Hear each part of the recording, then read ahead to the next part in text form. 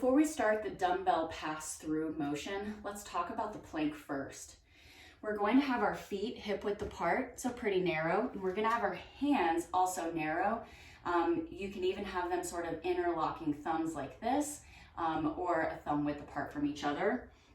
The closer the better, because that's going to be right under your center of balance, your chest.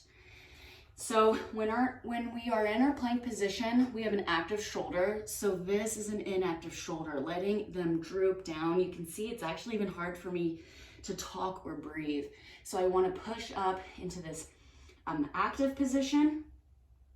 And then also you're squeezing your butt cheeks and crunching your ribs in. That's going to help engage all these other little muscle groups that would otherwise be relaxed that we could work. Next, we're going to add the dumbbell. So hands narrow, feet narrow.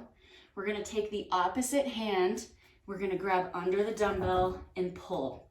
So the goal while we're pulling is to not let the torso or hips move.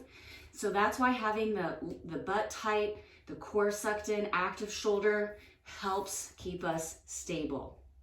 Now, one of the reasons why you might be twisting, the hands are too wide. So look what happens when I have to transfer my center of balance to the hand that's over here. And you can see I have to turn my hips in order to make that happen. So the narrow stance helps prevent that. The other thing is tempo.